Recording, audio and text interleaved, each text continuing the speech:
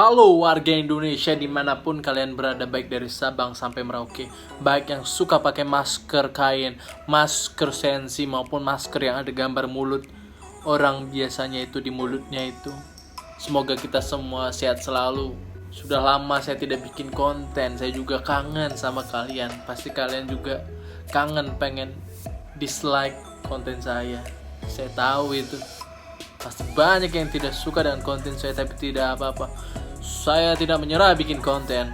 Mohon maaf teman-teman, saya absen dari YouTube sudah hampir 3 bulan. Ya memang saya tidak upload video, tapi saya selalu menonton video di YouTube. Kali ini saya pengen gitu hadir lagi di YouTube, bisa menghibur teman-teman, bisa membuat teman-teman menjadi pengetahuannya bertambah gitu. Tapi nggak mungkin sih. Saya juga pengen ngucapin selamat wisuda untuk teman-teman PKN STAN. Beberapa hari lalu sudah wisuda. Selamat mempersiapkan diri untuk memasuki dunia kerja yang penuh suka dan duka. Kalau mau sukanya aja itu bukan dunia kerja dong, itu dunia fantasi. Dan semoga teman-teman selalu mempersiapkan diri untuk menjadi menantu idaman. Karena katanya setelah tamat akad nikah, nanti teman-teman ketika bertemu dengan calon mertua, jangan lupa untuk pakai filter pip pip pip pip calon nantu. Tapi jangan, ntar dibatalin sama orang tuanya. Apaan sih ini bocah itu lalai katanya. Oke teman-teman, tanpa perlu lama-lama, konten ini adalah konten khusus membahas mengenai kepoan dari calon stanners. Banyak yang bertanya di kolom komentar YouTubeku tentang stan itu. Daripada aku pusing ngetiknya satu-satu, balas satu-satu karena pertanyaannya sering berulang, maka aku bikin konten jantan jawab netizen calon stan. Oke, langsung saja kita ke pertanyaan pertama. Kita cek apa yang sering ditanyakan anak-anak calon stan ini. Langsung ke pertanyaan pertama. Dari Dinda Rahmadani. Kalau tangan sering basah mempengaruhi penilaian gak bang? Enggak. Karena saya adalah orang yang tangannya basah ketika ujian. Sebenarnya gak mempengaruhi penilaian, cuman kan karena diperiksa oleh komputer, takut aja gitu kalau lembar jawabannya jadi rusak, nggak bisa dikoreksi. Tapi kan sekarang CAT, tangan basah nggak berpengaruh dong ke hasil ketikan, ke hasil ujian kita. Enggak, itu jawabannya tidak berpengaruh. Pertanyaan kedua dari Lutfia RDP. Gua ada bekas luka di pipi, apa masih ada harapan buat lulus? Balas komen gua bang.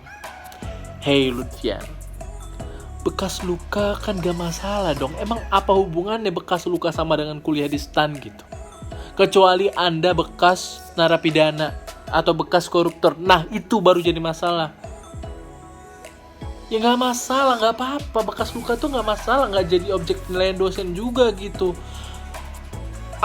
Abdul, kamu sih nilai ujiannya tinggi, tapi bapak lihat jerawat kamu banyak sekali tuh di muka.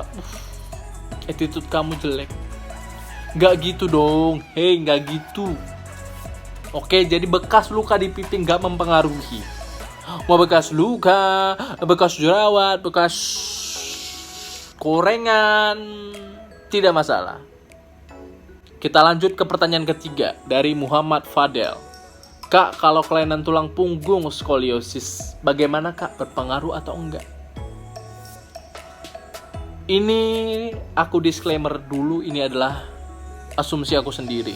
Jadi bisa kemungkinan benar, bisa kemungkinan enggak. Takutnya nanti kalau saya menjawab dibilang hoax dong. Ya udah saya jawab, kayaknya enggak berpengaruh. Asalkan ketika saat tes kesehatan dan kebugaran kita mampu melaksanakannya dengan baik dan memperoleh hasil yang lebih banyak mungkin dari pesaing kita.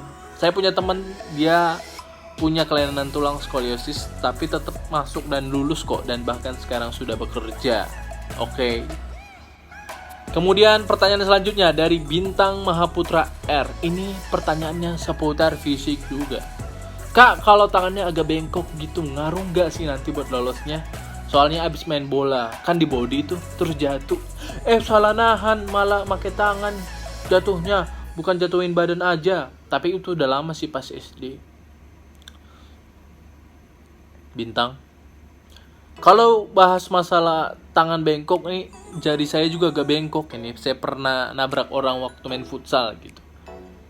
Ya kalau waktu SD mah gak masalah, kecuali tangan Anda ketinggalan di lapangan bola itu. Nah itu yang jadi masalah. Nanti warga-warga ngeliat, loh kok ada tangan siapa nih? Mana panjang banget lagi. Loh di ujungnya ada duitnya, pantes tangan panjang. Enggak, itu jokes. Ya gak masalah, asalkan sewaktu tes kesehatan dan kebugaran kuat dan sanggup untuk berlari, untuk menyelesaikan apa yang diminta gitu, jadi nggak masalah, oke. Pertanyaan selanjutnya dari akun namanya Lu siapa dah?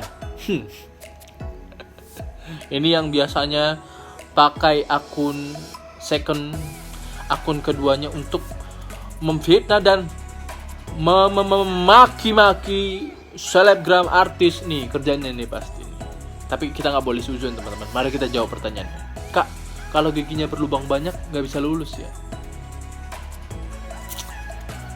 Saya punya gigi berlubang banyak, tapi bisa lulus. Teman saya juga ada gigi berlubangnya ada 3. Bahkan temannya pernah masuk ke dalam lubang itu. Enggak dong. Ya kalau gigi berlubang banyak ya nggak masalah sih harusnya ya. Karena dalam mengelola keuangan negara tidak dilihat gigi kita lengkap apa tidak. Tapi yang penting angka dan pertanggungjawabannya lengkap, itu yang penting. Anjay. Oke. Pertanyaan selanjutnya dari Puspa Nirwana. Kak, apakah saat tes kesehatan THT bagian hidung cuman polip saja yang diperhitungkan? Soalnya saya mengidap alergi, sering bersin dan pilek. Setiap pagi saat cuaca dingin dan berdebu, hidung saya sensitif. Apakah itu masih bisa? Masih bisa. Karena kalau alergi doang, bersin doang itu nggak jadi masalah sih. Dan itu kan terjadi ketika cuaca dingin. Di Bintaro jangan berharap cuaca dingin, kecuali di kosan Anda AC-nya ada 10. Itu baru mungkin Anda khawatirkan. Tapi di Bintaro yang relatif panas, khususnya di Kalimongso, maka jangan takut untuk alergi dan bersin-bersin. Tapi kalau masa kayak gini sih emang seharusnya Anda berobat. Karena kalau Anda bersin, semua orang langsung melihat Anda seperti Anda sudah mengkorupsi APBN, tapi ternyata tidak kan. Ya itulah, karena lagi masa pandemi gitu. Semoga sehat-sehat ya. Pertanyaan selanjutnya masih seputar fisik dari Rizka Widya. Bekas jahitan di tangan gimana kak? Bekas jahitan di tangan tidak menjadi masalah. Di sini nih ada bekas nih, bekas jahitan juga di kepala nih, tidak masalah. Nih, ya namanya dulu zaman tahun 2000-an awal tuh saya dijahit kepalanya karena jatuh, ya jadinya masih ada bekas gitu, nggak kurang estetik gitu. Benangnya juga kayaknya benang gelasan kobra yang dipakai main layangan tuh, tahu nggak lo? Ya mau gimana ya, pengen jadi Park Seo-joong temen nggak bisa gitu, nggak mendukung mukanya. Jadi kalau ada bekas jahitan di tangan nggak masalah ya, kecuali ada bekas jahitan di perut dan ada tuntutan dari orang yang mengaku sebagai anak Anda. Nah itu yang jadi masalah, karena kan nggak boleh nikah dulu gitu kalau baru dari SMA mau ke STAN. Selama pendidikan tidak boleh, kecuali Anda sudah bekerja setelah tamat dari D1. Nah itu baru boleh. Ada pertanyaan dari Reza Adi Saputra. Kalau gendut tapi tinggian bisa nggak bang? Hei Reza, Anda tidak lihat badan saya seperti Keanu GL? Saya bisa masuk. Postur tidak berpengaruh asalkan Anda sanggup untuk menyelesaikan apa yang diminta sewaktu tes kesehatan dan kebugaran. Dan bahkan banyak nih kejadiannya orang-orang yang badannya gemuk itu bisa kok berlari, memutar lapangan lari 12 menit, bisa kok lari angka 8 kayak gitu. Dan pertanyaan terakhir di konten jantan kali ini, jawab netizen calon standers. People JA.